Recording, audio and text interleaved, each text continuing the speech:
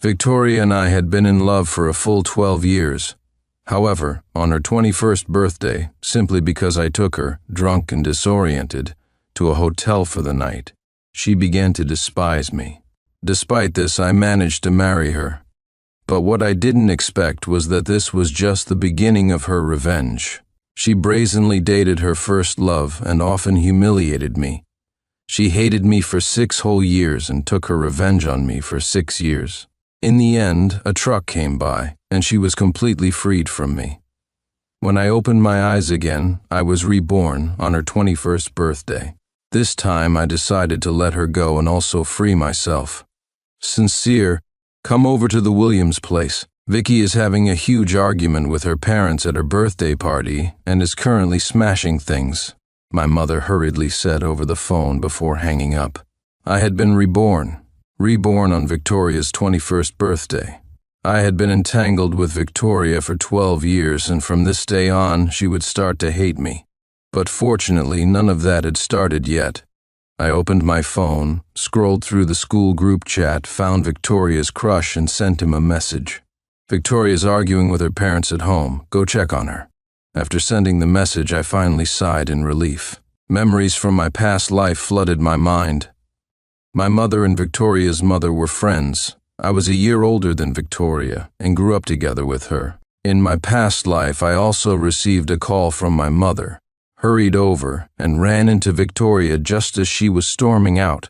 She seemed to have had some drinks, her eyes were red, and she demanded I take her home.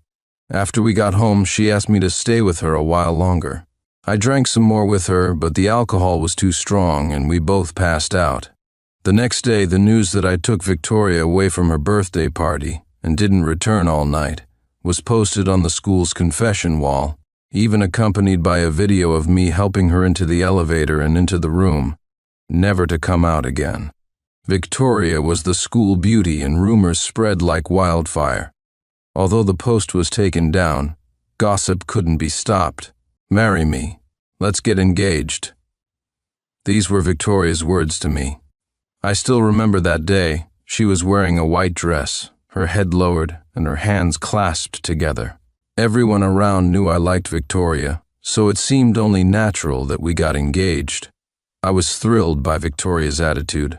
We were going to get married and have countless days together. I would love her, protect her, and never let her feel sad or cry again. During that time, I felt like the luckiest person in the world. Chapter 2. Until the engagement party, an oddly familiar man walked in from the entrance of the banquet hall, and Victoria's gaze followed him closely. After the party, I found Victoria hiding in the dressing room, wiping away tears. "Vicky, do you have someone you like?" I asked. She replied, "You've got what you wanted. Can't I have someone I like?" Her gaze was cold, and her tone was accusatory. She was clearly blaming me for breaking her and her lover apart. But in the past 3 years, I had never heard of her liking anyone, let alone dating. Though I loved Victoria deeply, I had no intention of forcing her to marry me. Besides, nothing had actually happened that night. I frowned and said, "Vicky, if you don't want to, I'll convince our parents to call off the engagement." She retorted, "Stop pretending, just set the wedding date." She glared at me and walked away. From then on, she began her 6-year-long hatred towards me. The phone on the table rang again, interrupting my thoughts. It was my mother. "Didn't I ask you to come? Why did that guy show up instead?" Now Vicky has left with him, and Beth is so angry she can barely. I still remember it vividly. It was the 2nd year of our marriage. She no longer wore that stern expression she had in the beginning. Occasionally we would sit together on the couch and watch an old movie, until she opened the photo album. With a look of disgust, she said, "Sincere, you really planned all of this from the start. You're disgusting." She slammed the door and left. Our relationship dropped to freezing point once again. What did I do? That photo was taken when I was 10 years old, showing my purest admiration for her. What part of that was disgusting to her? Later, I found out that Victoria hated me because of the provocations from the man she loved. I finally understood the reason behind her hatred. but I never had the chance to explain it to her. Or rather, she wasn't willing to listen to a single word I said. I planned to propose a divorce, but at that time the Victoria family was facing a financial crisis. Divorcing at that moment would be like kicking them while they were down. I couldn't do that. I couldn't let Victoria face the crisis alone. After helping the Victoria family overcome the crisis, I didn't propose a divorce again because, apart from seeing our elders, she never came home. We had become strangers living under the same roof. The love I once yearned for had completely turned into a commercial marriage. I thought that this was how things would be between us until we grew old. From a certain perspective, it was a form of staying together for life, until that man reappeared in Victoria's life. By then, Victoria had become an important member of the Victoria group. Our relationship didn't affect our cooperation, but it was obvious that the man was right. Victoria still liked him. In the photo sent by a friend, the man was tidying up her slightly messy hair. She looked up at him and smiled, just like the day we first met. So I said to her, "Let's get a divorce." After 6 long years, I was tired. Since the man Victoria loved had returned, I wanted to fulfill her wish. At least one of us could be happy. She asked, "What are you up to this time?" Her voice on the other end of the phone was as cold as ever. With the two companies recently starting a new partnership, she was worried I might use the divorce to breach the contract. I said, "It won't affect our cooperation." After some thought, I added, "Let's meet to discuss it in detail." I didn't call a driver and drove to her company myself, but I never made it to the destination. When the truck crashed into me, I saw a group of children on the sidewalk. Without turning the wheel, my car and I were crushed completely. Chapter 4.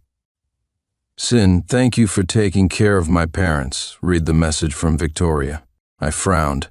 Shouldn't she be with the man she loves right now? Then again, if that incident in the past life was orchestrated by that man, he surely wouldn't fall into his own trap. However, I was no longer interested in getting involved in their affairs. Exiting the chat with Victoria, I removed her from the top of my contact list. Just then, another message popped up. Sin, I want to start a business. Will you join me? The message was from my childhood friend Charles. I was stunned for a moment, then remembered that Charles had asked me the same thing in the past life. But back then, I was unconscious, then busy deleting videos and handling rumors, and later, preparing for my engagement with Victoria. This matter was left unresolved. Thinking of this, I immediately replied, "Yes, let's start tomorrow." On the other end, Charles responded, "What?" Clearly, he hadn't anticipated my quick agreement. I said, "Before starting a business, we need to do some research. We can't just stay local. That's not really starting a business." He replied, you're right. Following you, Sin, will definitely make it big." After discussing our ideas for a while, I decided to pack my things. As I stood up, the photo album on my lap fell to the ground. After a moment's thought, I threw it into the trash can beside the desk. The next day, after informing my parents, I left with Charles for another city. Leaving here was both for the sake of starting a business and for temporarily staying away from Victoria. In this life, everything between Victoria and me would end here. I wouldn't entangle myself any further, nor would I waste more time and effort on this matter. After arriving in the new city, it didn't take long for Charles and me to spot a business opportunity. With the experience from my past life, I knew what could make money now. He said, "Bro, we're all set now, just missing the funds." Charles scratched his head. "Do we have to go back and ask our parents for money?" Just then the phone rang. Charles took out his phone and said, "Hey, Victoria's calling, she's probably looking for you." He nudged me with a knowing look and stood up to answer the call. I said, "If she asks about me, just say you don't know where I am." Charles was taken aback but complied, diverting her questions as I requested. He then asked, "Bro, don't you like her?" Charles looked at me with confusion. I smiled. "She has someone she loves. Do I look like the kind of person who would break up a happy couple?" I patted Charles on the shoulder and continued, "I'm going to freshen up." Seeing my response, Charles didn't say more. but I noticed from the corner of my eye that he was pressing his phone screen so hard it might catch fire. I knew he was spreading this explosive news in our friend group. I smiled wryly. This might be for the best. Chapter 5. I had a good night's sleep but was woken up by Charles at 7 in the morning. Sin, we have someone willing to invest in us. The investor was one of Charles's classmates. We quickly arranged a meeting. At a local cafe, we had arranged to meet up. The person said, "My dad wants me to start a business, but I'm afraid I'll squander all our money. You guys seem more reliable." Sophie was wearing jeans and a white short-sleeve shirt, looking as if she had just rushed over after getting out of bed. Her father doted on her, not only treating her well but also grooming her as his successor. However, it seemed that Sophie just wanted to take it easy. Charles said, "Don't worry, if you follow Sin, there will be plenty to gain." He was cheerfully serving tea and water on the side. With Sophie joining us, our funding issues were essentially resolved. Sophie said, "Sin, your choice of clothes is too conventional." She spent half the day advising Charles on his outfit, and after selecting the right clothes, she turned to look at me. We were going to attend an industry gathering that day. I looked at myself in the mirror, dressed in a proper suit, complete with a tie. "I don't see any problem with it," I said. She replied, "Do you understand that the three of us are a team?" Sophie threw something down from upstairs. I reached out and caught it. It was a tie that matched the color of her dress. As the investor, I certainly had no reason to refuse her request. I obediently tied the tie while the two of them came down from upstairs. Charles was wearing a white suit with a tie that matched Sophie's dress. They looked quite compatible, I thought to myself. Charles said, "Not bad at all. The three of us could be spies now." He walked over to me, raised his eyebrows, and mimed holding a gun. Sophie rolled her eyes and said, "You a spy?" Charles retorted, "Why not? That's how they do it on TV." Watching Charles and Sophie bicker, I relaxed and couldn't help but smile. This kind of life was pretty good. Even though Sophie had become our investor, she still ran around with us. She was very smart, quickly picking up anything and offering many insightful opinions, which surprised me. No wonder her father let her start her own business. With such a good mind, she could succeed in anything. We attended the banquet as our own people, unlike before when we would accompany our parents. We were all a bit nervous. Chapter 6. What I didn't expect was to see Victoria there. After all, we had known each other for almost 20 years. Seeing a familiar figure from afar, I knew it was her. But the person standing next to her was not her beloved. Sensing my gaze, Victoria looked over and called out, "Sin!" Her eyes lit up with a hint of surprise. She let go of the person she was with and walked towards me, lifting her dress. This made me a bit dazed. Previously, Victoria always seemed like a proud princess in front of me. For so many years in the past, I was always the one to approach her. When she was in a good mood, she would call me Sin. When she was in a bad mood, she would merely nod slightly to acknowledge my presence. It was rare to see her walk towards me with such a smile. Victoria came up and tried to link arms with me. I instinctively stepped aside, avoiding her. Her expression froze, seemingly not expecting me to react this way. When she looked at me again, her eyes were already red. "Hi, Vicky," Charles said, sensing the slightly awkward atmosphere. He stepped forward to greet Victoria. Since he was my good friend, he also called her Vicky.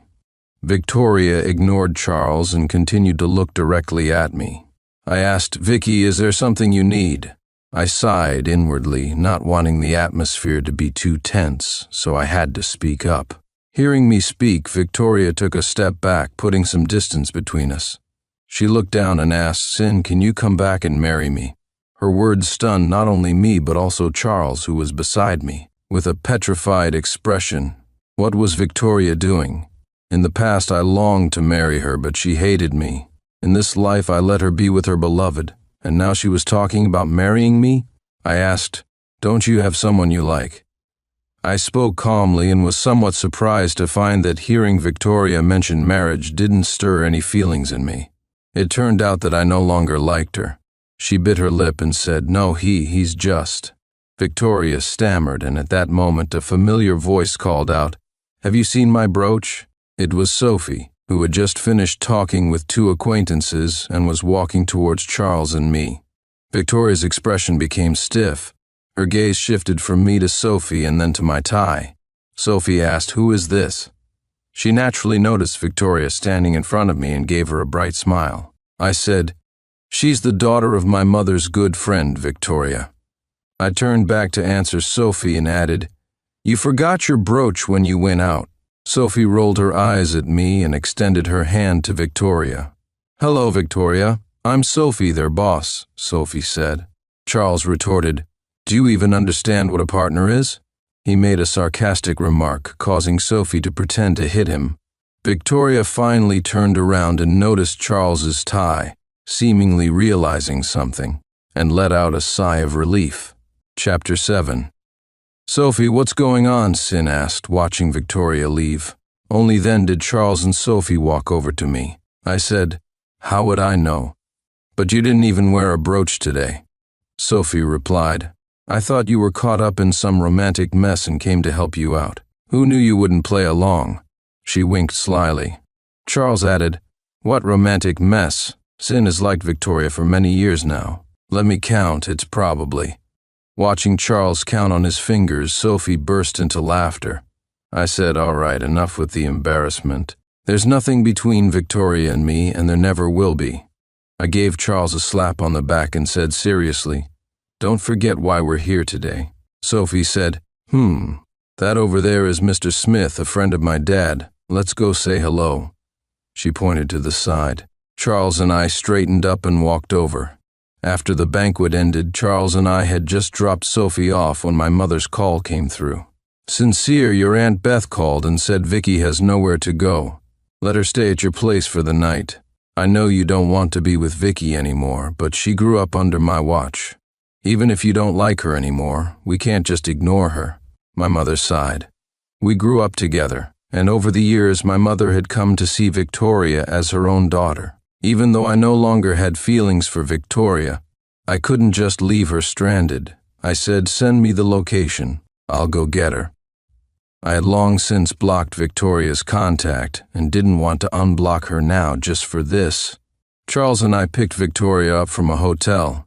She was still in her evening dress, looking a bit cold, hugging herself for warmth. When Charles stopped the car in front of her, she didn't react at first, frowning slightly. I had to open the car door and invite her in as usual. "Sin, why are you driving this car?" she said, her tone carrying a hint of complaint and disdain.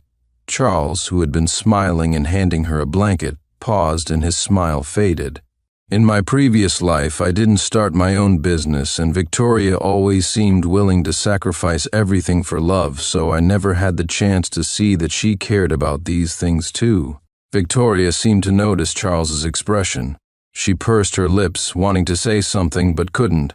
I asked, "You were already at the hotel, so why do you need to come to my place?" Glancing at the hotel next to us, it seemed like the Victoria's family had arranged it for her. She said, "When I used to travel, our families would always be together, and you were always by my side. Now that I'm alone in the hotel, I'm a bit scared." Victoria grabbed my sleeve, her voice choked with emotion. I asked, "Then why did you come here alone?" She said, "I came to find you." It seemed my mother had told Victoria about my whereabouts. I sighed. "Victoria, I know you have someone you love. Now that I'm gone, you can be with him." She said, "After you left, Dad started setting me up on blind dates." Her words caught me off guard. Victoria had always been treated like a princess in her family. So why the sudden rush to marry her off? Thinking about it, I suddenly understood why Victoria wanted to marry me the moment she saw me today. She saw me as her lifeline. Frowning, I said, "I used to like you, but that doesn't mean I'm willing to marry someone who doesn't love me." The pain from my previous life was still fresh in my mind. We had been like oil and water. There was no way I would let that happen again. She said, "No, Sin, I like you," she explained anxiously. She didn't seem to be lying, which confused me even more. In my previous life, Victoria had loved that man so much. How could she compromise so quickly in this life? Not only compromise, but chase after me, claiming to love me? She had hated me for 6 years because of that man in my last life. Could it be that she was reborn too? As if guessing my thoughts, Victoria cleared her throat and said, "I saw the album you made for me in the trash bin, so that was it." I let out a sigh of relief. "You should know why it was in the trash, right?" Victoria was wrapping herself in the blanket. Hearing my words, she froze, and tears started to well up. I handed her a few tissues and helped cover her with the blanket. If she had been reborn, it was better to lay everything out clearly. I said, "Vicky, since you know everything, you should understand that I never forced you. Now that we have a second chance, don't hate me anymore, and don't see me as a lifeline." Victoria continued to sob. I sat next to her, memories of our past life flashing before my eyes. Victoria coldly telling me to get out of her room. Victoria hysterically questioning why I had hit the person she loved. Victoria's indifferent gaze at her engagement party, and the way she only called me Sin when she needed help.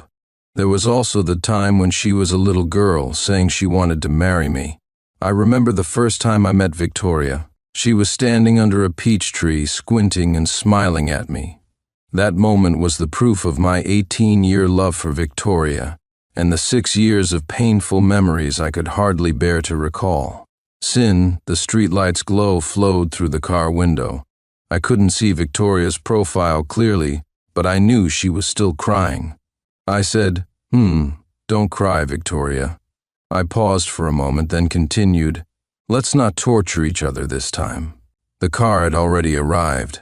Charles cleared his throat and said, "I'll go first." I replied, "Find her a place to stay and have someone take her back in the morning."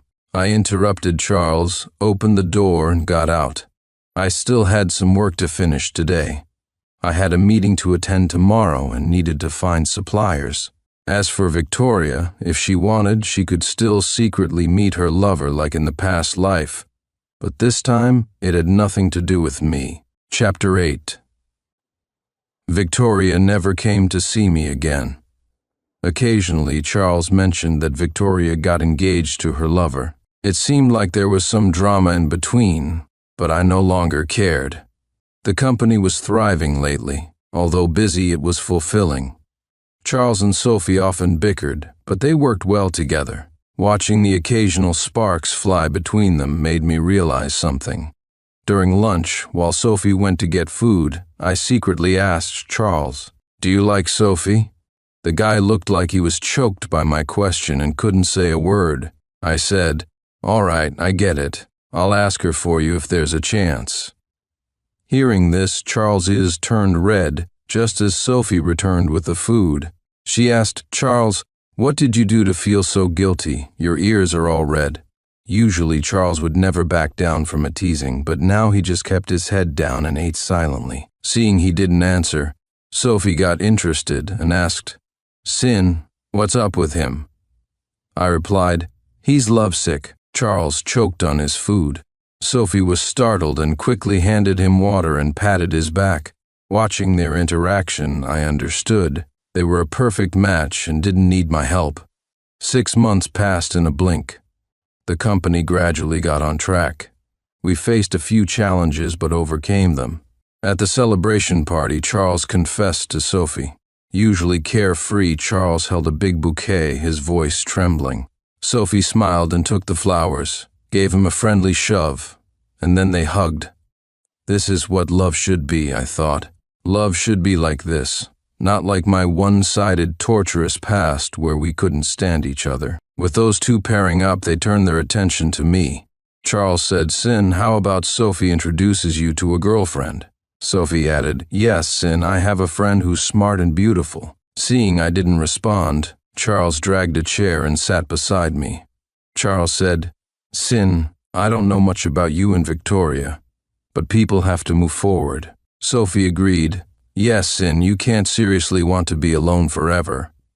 Watching them team up, I felt a sudden warmth in my heart.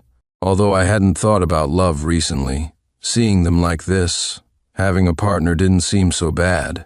So I said, "All right, I'll leave it to you two." I patted their shoulders. Everything was different from the past, but I was happy every day until Victoria appeared in front of me again. Chapter 9. Charles said, "Sin, I met her at the office entrance." He looked embarrassed. He had gone downstairs to buy Sophie's favorite cake and saw Victoria being stopped by the receptionist. He couldn't pretend not to know her. I understood, signaling it was okay. Charles sighed in relief, closed the office door, and left. I then turned my gaze to Victoria. She wore a white dress with some dirt on her shoes. She seemed thinner after all this time. When she saw me, she straightened her back slightly. She said, "Sin, I'm sorry." After a long time, I had some guesses about her sudden apology. Maybe she found out that the misunderstandings between us in the past were orchestrated by her lover.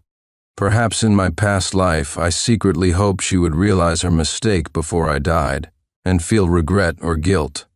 But in this life, I truly didn't care anymore.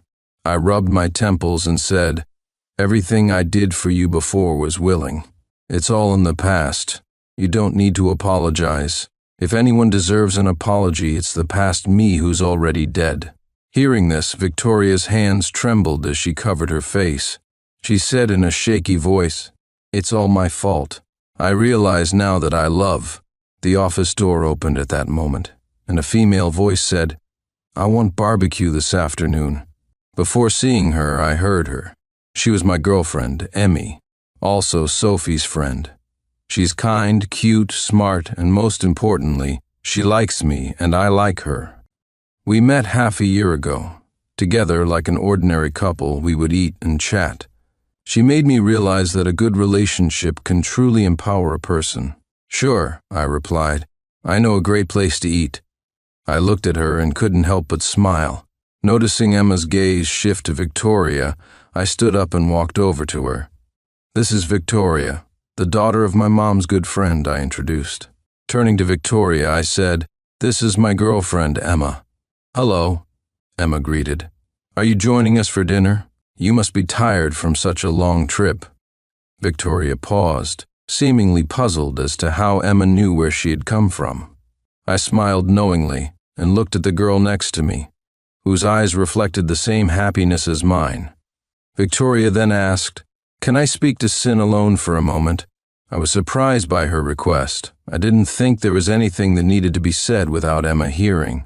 "Whatever you need to say, you can say it in front of." Emma interrupted me with a smile. "It's okay. I'll wait outside." With that, she walked out and closed the door behind her.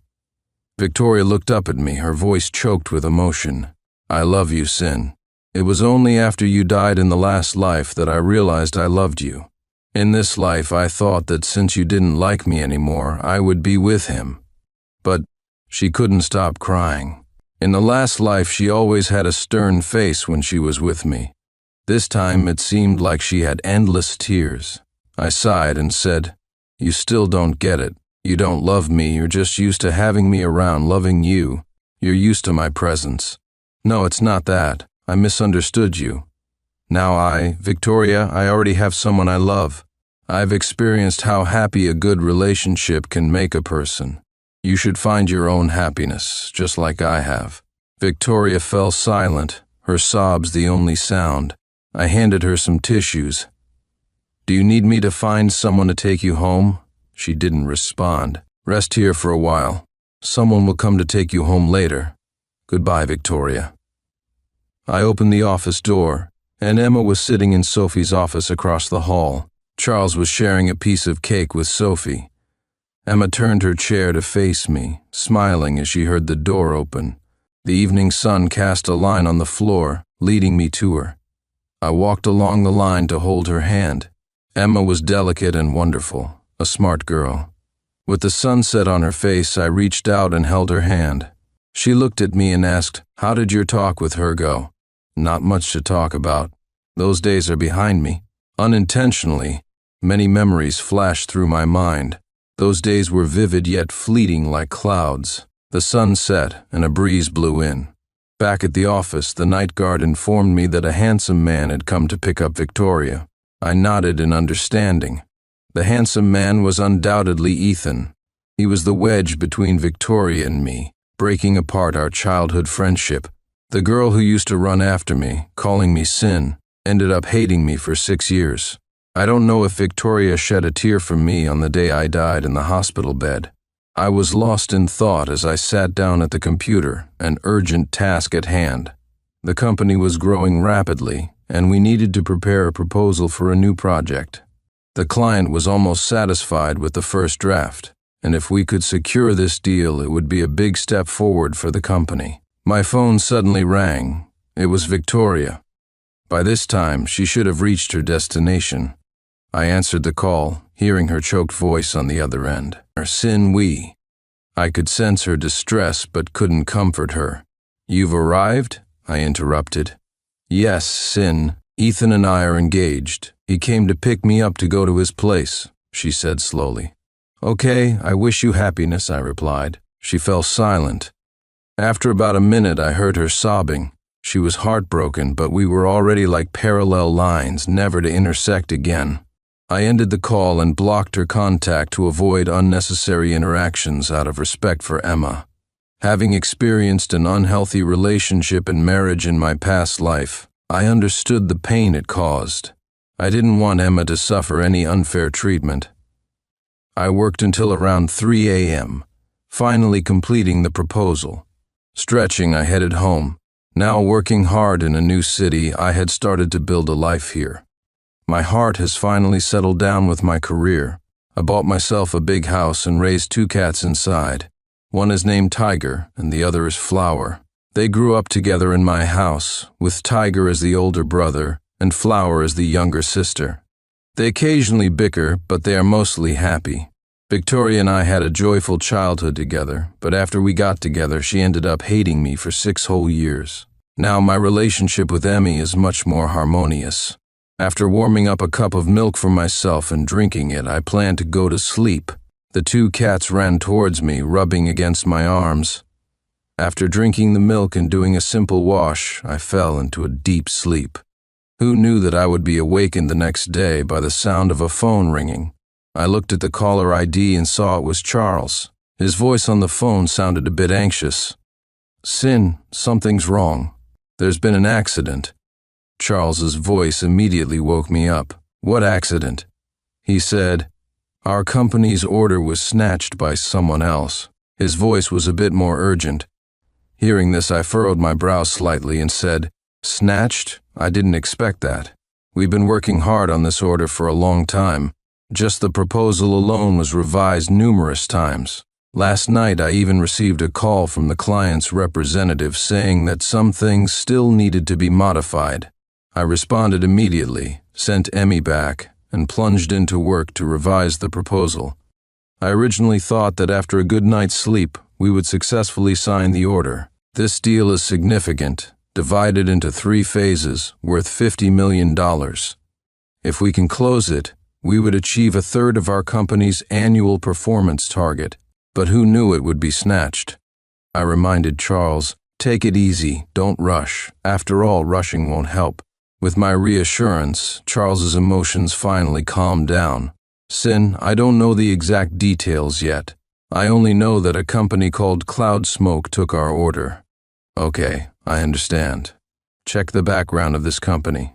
I'll head to the office right away. We'll discuss everything in person. I felt a wave of unease. We had worked tirelessly for 1 or 2 months on this order, putting in a lot of effort. It would be upsetting for anyone to have it snatched away. Okay, Charles agreed and hung up the phone. I quickly got up, did a simple wash, and rushed to the office. On the way, I muttered, Cloud Smoke? Could this company be related to Victoria? When I arrived at the office, I went in quickly. Charles and Sophie were there, along with several core management members of the company. Sin, you're here, Charles greeted me. Mr. G, the others called out to me. Sophie nodded at me, her brows slightly furrowed, indicating that the situation was serious. The rest of the employees in the office also looked over. Not wanting this issue to affect everyone's work, I said, let's go to the conference room. We headed to the conference room. Facing the crowd, all eyes were on me, but everyone seemed a bit heavy-hearted. Charles, who has a straightforward personality, stood up immediately and said, Sin, the company behind Cloud Smoke is run by Ethan. Ethan is the one engaged to Victoria. Charles seemed to have more to say but hesitated. I understood what he wanted to say, that the fact this company is named Cloud Smoke likely has something to do with Victoria. Yet, out of respect for me, he didn't continue. Seeing Charles struggling to hold back, I said, "Go on." Charles hesitated for a moment and then said, "Sin, do you think this has anything to do with Victoria? Recently she's been coming to our company frequently." I replied, "It shouldn't. We haven't had much interaction with her. This order was known only to our internal team. I haven't mentioned it to anyone outside, including Victoria." I explained the basic situation, and as they listened, their expressions changed slightly. "Sin, but Ethan is really disgusting. First Charles paused, glanced at me, and held back the rest of his words. "Sin, I'm sorry, I just feel disgusted by this guy's despicable actions." I acknowledged with a nod. I understood Charles's words. I didn't have a good impression of Ethan either. Charles's words, though harsh, were essentially true. In our past lives, he used underhanded methods to steal Victoria's heart from me. Now, in this life, he's here to steal my business. I even suspect that the car accident I had in my previous life was orchestrated by him. Sophie suddenly glared at Charles and said, "If you can't speak properly, then say less. Let's focus on how to respond." Over the past year, Sophie had become a capable professional through her experiences in the workplace. Charles, facing Sophie's reprimand, didn't dare to say much more. The other core management members of the company bowed their heads and said nothing. The problem was not with me anymore. We had been negotiating well with the other company. After a while, seeing that no one was speaking, I said, "Charles, Sophie, please stay. The rest of you can go back to your work." The others responded affirmatively and started to leave. My gaze fell upon Sophie and Charles. The three of us had put in a lot of effort for this company. Its current success was inseparable from our hard work. Now that the two of them had become a couple, everything seemed to be moving in a positive direction. Yet, unexpectedly, such an issue had arisen midway. Looking at Sophie, I said, "Sophie, you and Charles should investigate the situation with this order thoroughly. Check if there's any insider in our company. Also, look into the matters concerning Cloud Smoke Inc. I'll go and meet with Mr. Johnson from the other company." "Sure, Sin," Sophie replied. "Don't worry, Sin. We've got this," Charles assured me.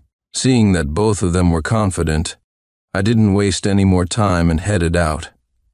I took out my phone and dialed Mr. Johnson's number, but no one answered. The phone rang, but it was never picked up. This could mean that he was either deliberately ignoring my call or he was in a meeting and had left his phone behind. Given the current situation, I felt the former was more likely. It seemed there was little chance of salvaging this deal. However, I still thought it was worth trying.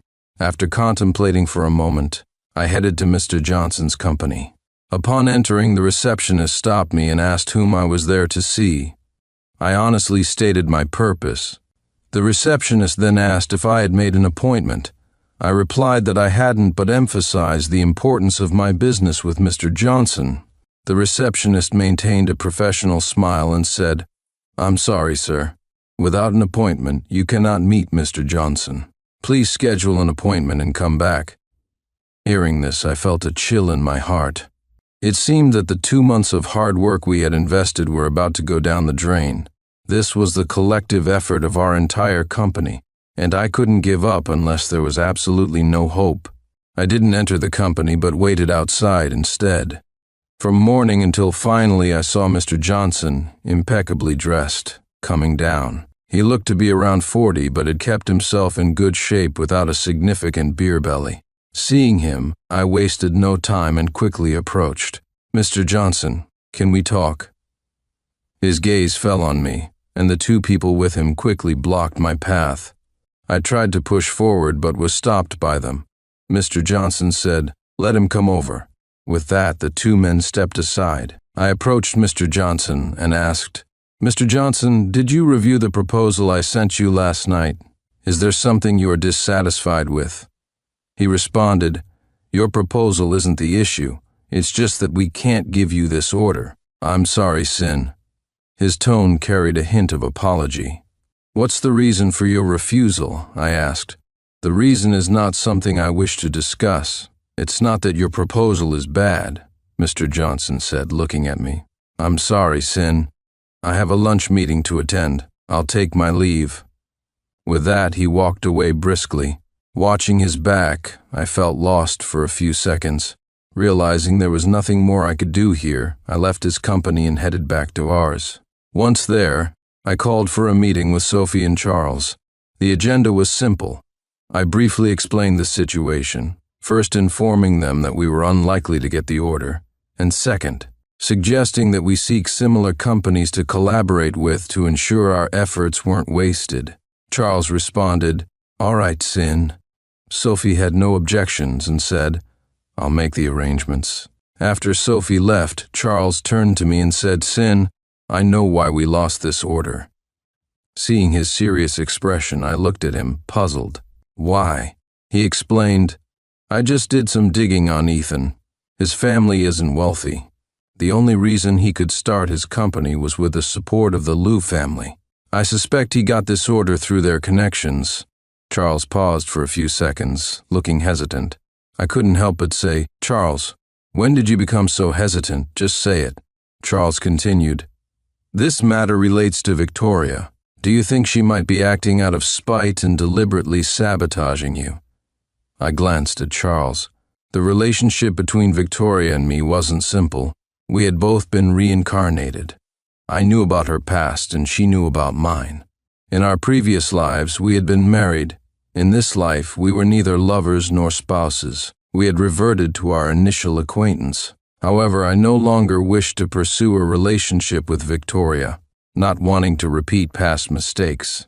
And so Victoria seemed to want to get closer to me in this life, which confused me. Shouldn't she hate me? She should have hated me in the previous life. Why would she want to be near me in this life?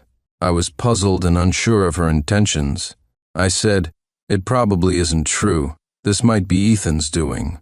I remember Victoria was never interested in business matters. She liked doing what she enjoyed. Charles, hearing me mention Ethan, immediately became more furious. He gritted his teeth and said, "It really was that bastard Ethan. I'm going to deal with him right now." As he spoke, he started to walk out. I stopped him and said, "It's useless to find him now. The most urgent thing is to continue looking for new partners." Charles nodded, acknowledging that I was right, but he still left a harsh remark. "Our company and Ethan are going to be enemies." I agreed, "Indeed we are. Actually, we were enemies in the previous life too. Ethan is a disgusting, despicable person." I sat in my office looking for some information and checking potential business partners to see if there was an opportunity to find new collaborators. I don't know when it happened, but my office phone started ringing. I glanced at the caller ID and saw it was an unknown number. I usually don't answer such spam calls, but the caller was persistent, dialing 3 or 4 times continuously. Seeing this, I finally answered the call, but I didn't speak first. After about 3 to 5 seconds, a low voice on the other end said, "Is this sincere?" "Yes, it is," I replied solemnly. "This is Ethan. It's nice to speak with you for the first time," he said, his tone clearly provocative. I was slightly taken aback, but quickly recovered. I asked, "What do you want?" "Nothing special. I just wanted to tell you that I'm engaged to Vicky now. She is my fiancée, and I hope you can keep your distance from her." I frowned slightly, feeling a bit displeased. The displeasure wasn't from him asking me to keep my distance from Victoria, but from his threatening, commanding tone. I responded coldly, "Your matters are none of my business. I'm not interested in her affairs and I don't need your reminder. That's the best. If you don't heed my words, I'll make you understand the consequences. Consider this incident a warning. If it happens again, it won't be this simple," he said, his voice turning sinister. I asked, "Do you think it's honorable to use despicable means to steal this deal?" He replied, "It doesn't matter how it's done as long as I win. I've said what I needed to say. Take care." With that, he hung up. I stood there in a daze for a few seconds, increasingly suspecting that he was behind the car accident in my previous life. Of course, I had no evidence for this now. It was all speculation. After some thought, I decided to have someone investigate Ethan. Although I had asked Charles to check on him before, his investigation was somewhat superficial. I decided to have a deeper investigation done to see if there was any dirt on him. I assigned the task to someone who assured me there would be no problem as long as the payment was sufficient. I agreed and asked for quick results. He promised to get back to me within a week. After hanging up, I felt a bit heavy-hearted. If Ethan was indeed unscrupulous, then Victoria would be in danger by his side. Perhaps I should warn her, but I didn't think it was necessary.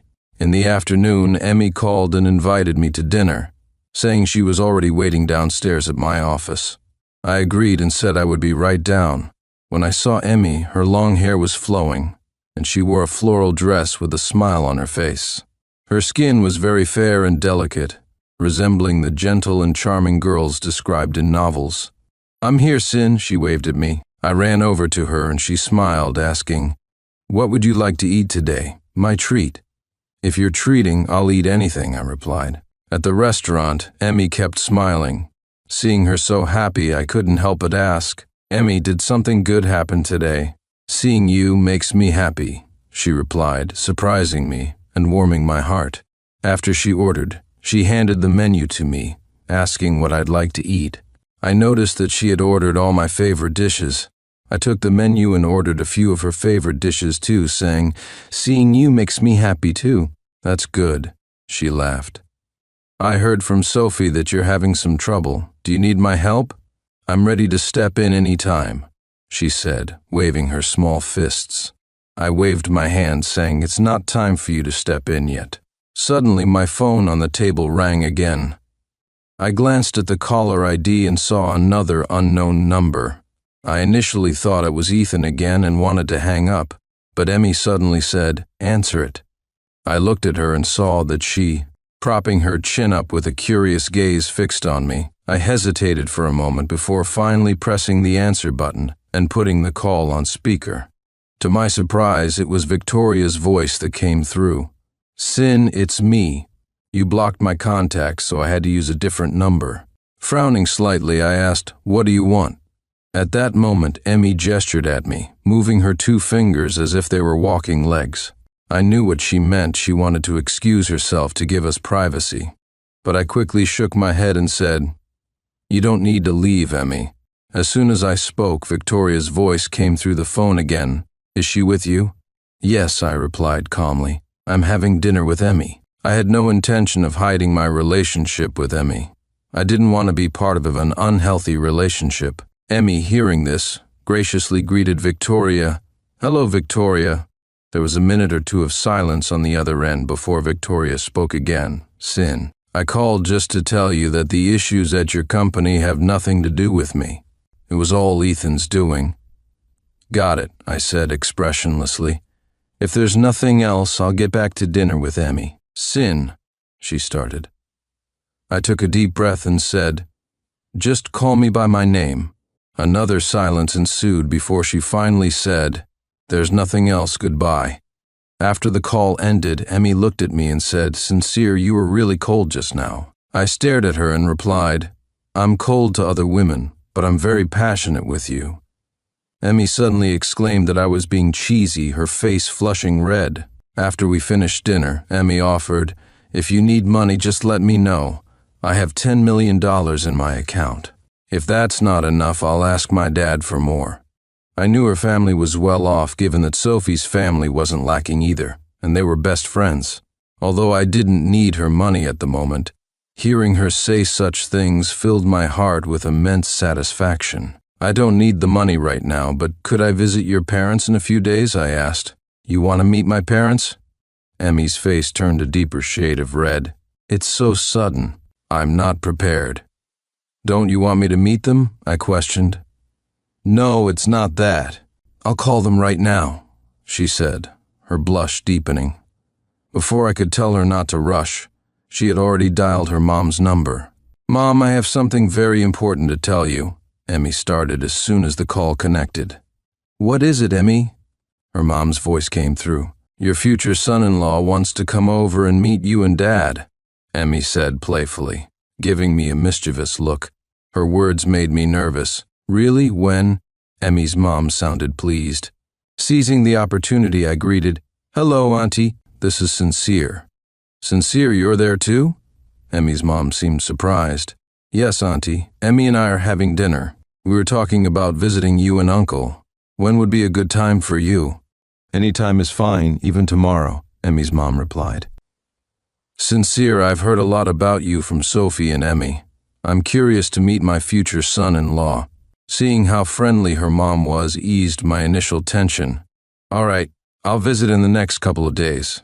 "Great. I'll let Emmy's dad know. Just inform us beforehand," her mom said. "Will do," I assured her. Her mom then turned to Emmy. "Emmy, don't be too hard on Sincere, okay?" "I know, Mom. How could I bully my future husband?" Emmy stuck out her tongue playfully, looking adorable. After a few more words, they ended the call. Emmy looked at me. "See, my mom is already so warm and welcoming to you." I smiled. "Isn't that just perfect?" After dinner, Emmy and I took a stroll nearby. Sensing that I was in a low mood, she quickly suggested we visit an arcade. We played some childhood games, which helped lift my spirits. Around 9:30 p.m., I took her home. 3 days later, I found a new business partner. They expressed interest in working with us, and their company's strength far surpassed that of Mr. Wang's company. They even mentioned that if our proposal met their expectations, they would offer us a 30% premium. This meant that a $50 million deal could potentially increase to over $60 million. I shared this news with the company, and everyone was thrilled. I personally revised the proposal several times over the next week, and we finally secured the deal. The entire team was overjoyed, and I gave everyone a 2-day break along with a bonus. Charles came up to me and said, "Sin, this is what we call a blessing in disguise."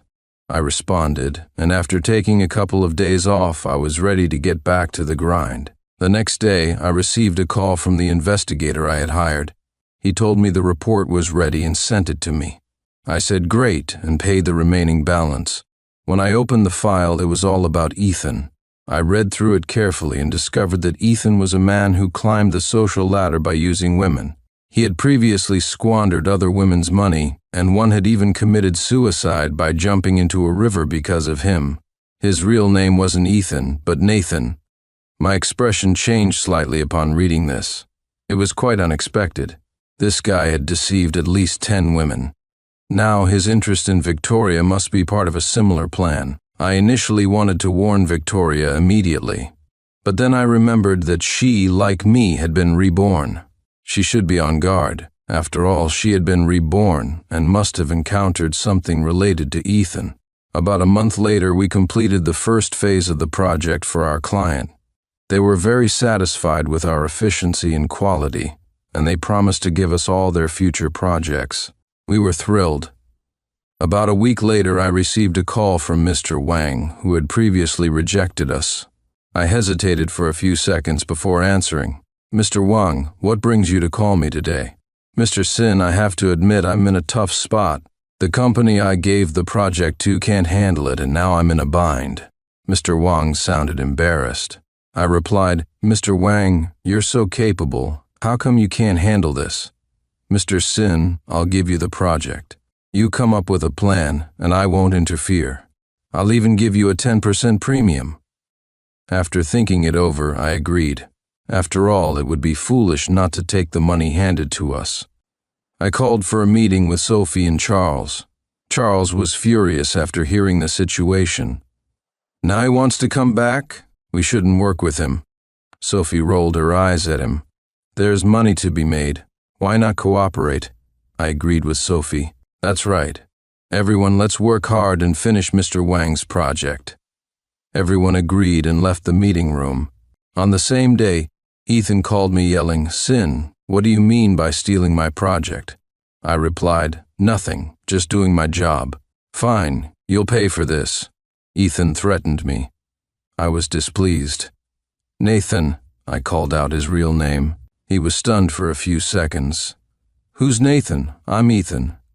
"All right, Mr. Ethan, take care." I hung up the phone. I didn't expect that this call would almost lead to an accident. One day, while driving home from work, a car suddenly rushed towards me. Fortunately, I managed to avoid it. This near accident made me realize that Ethan was a very dangerous person. After some thought, I sent Victoria the information about Ethan. What she chose to do with it was her business. I believe she also had a strong dislike for Ethan. After handling these matters, I couldn't help but feel relieved. The company was growing rapidly, and everything was going smoothly. I also met Emmy's parents, who were very pleased with me. Emmy's mother, in particular, was quite enthusiastic and often invited me over. After visiting a few times, she asked when Emmy and I would get engaged. I said, "Any time." I quickly discussed it with my parents, who were also very happy. Although my mom was a bit disappointed that I didn't end up with Victoria, whom she had always liked. She quickly took a liking to Emmy once she met her and urged us to get engaged soon. Both families agreed, and we were very much in love. It was the perfect situation.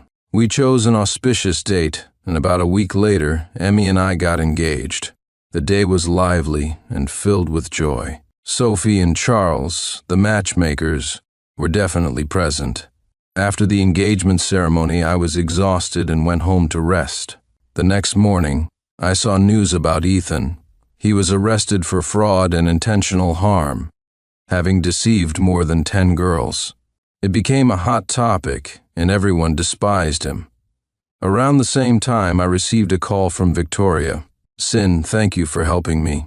I replied, "I wasn't helping you, more like helping myself.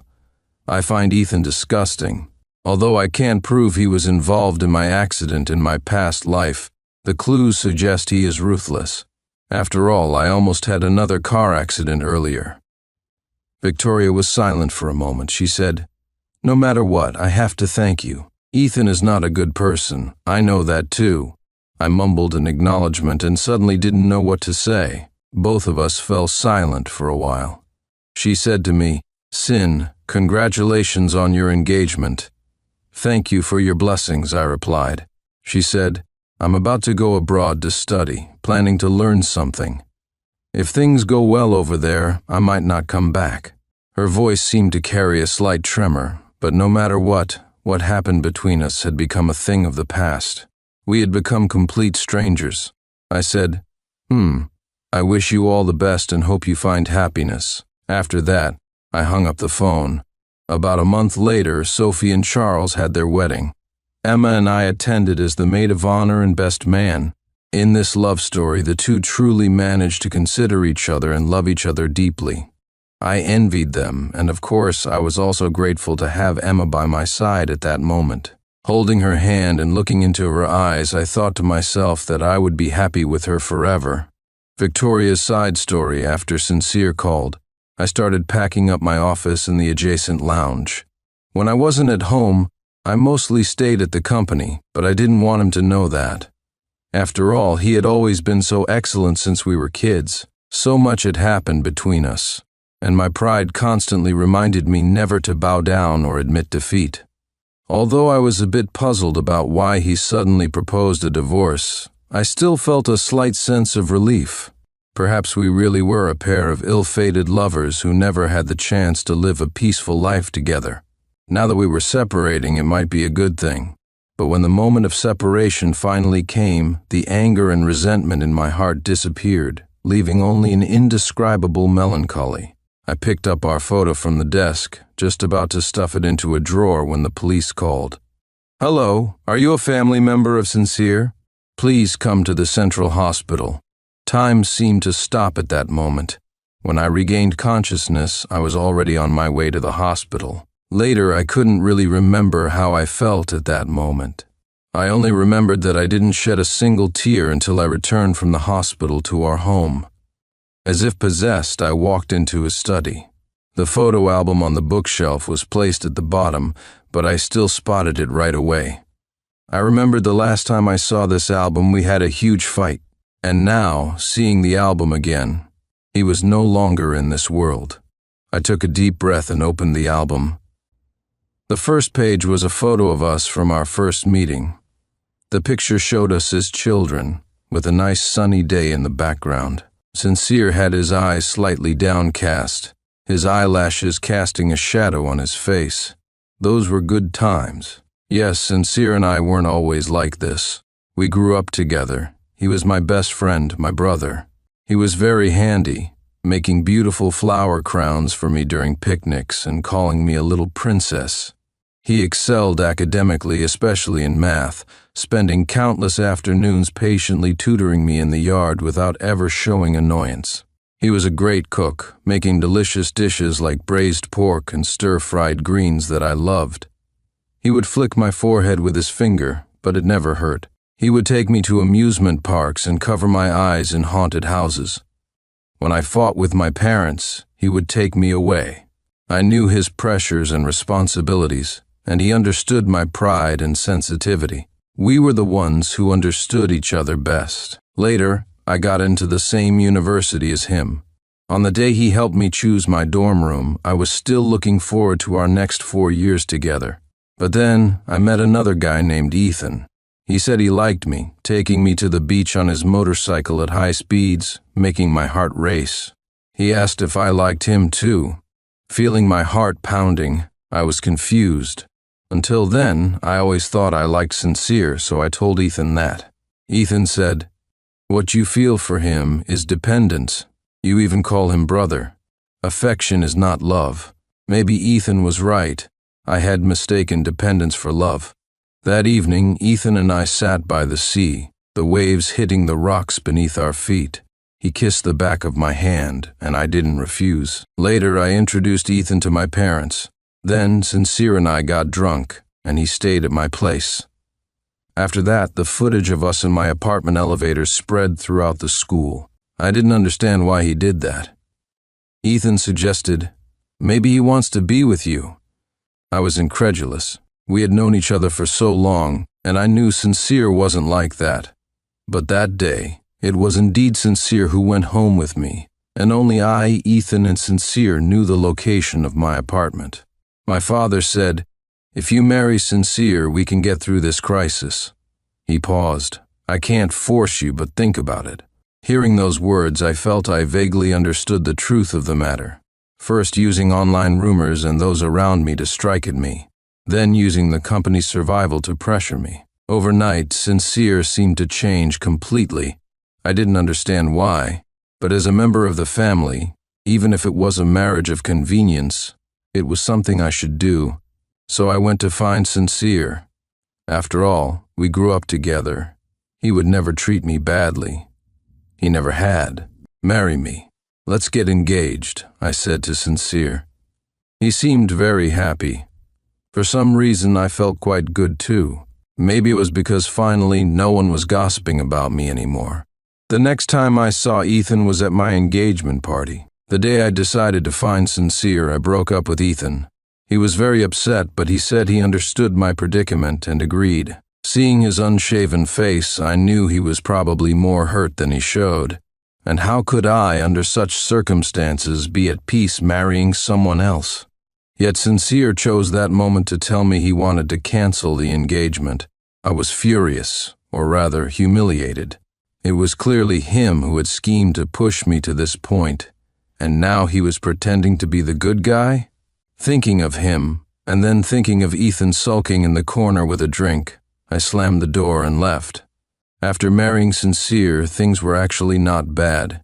He was still the same as before, no sweet words, but he did everything a husband should do.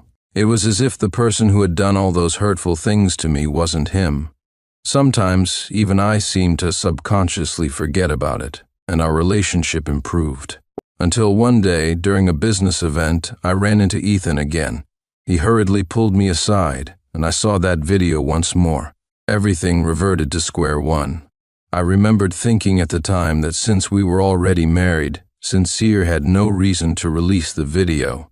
But looking at Ethan's bleeding lips, I couldn't say anything. I had always felt guilty towards Ethan. In my memory, Sincere wouldn't do such despicable things, but he did. Sincere wouldn't hit someone, but he did. I stopped believing anything he said and stopped going home, like a snail retreating into its shell, until Sincere died in a car accident. The police said he swerved to avoid a group of children. He was a very kind person, I knew that, but he also deeply hurt me and another person who loved me. Coming back to reality, the photo albums still lay open on the table. The young us in the photos were still smiling happily. A drop of water fell, smudging the childish handwriting, "I like you." I hurriedly tried to wipe the water stain before realizing that it was my own tears. But then I had an accident and was reborn. What I thought was an accident turned out to be Ethan's premeditated plan. He never really liked me, only my family's background. I regretted it deeply. Why had I hurt the one who loved me most? Sincere. Because of Ethan, I hated Sincere for 6 whole years. So, after my rebirth, the first thing I wanted to do was find Sincere, find my sin, and start over with him. But it was too late. He already had a girl he liked, and she was great, beautiful, and gentle. He began to distance himself from me, and I knew I had hurt him too deeply. So I didn't blame him. But then Ethan approached me again. I hated him. I wanted to take revenge. I prepared a series of plans to drag him into the abyss. Several times my plans were nearly discovered, and I thought I wouldn't succeed, couldn't take revenge. But in the end, Sincere stepped up and gave me some crucial information. I finally succeeded in my revenge. With my revenge complete, I planned to live abroad. There was nothing worth staying for here, and conveniently, I got an opportunity for further education overseas.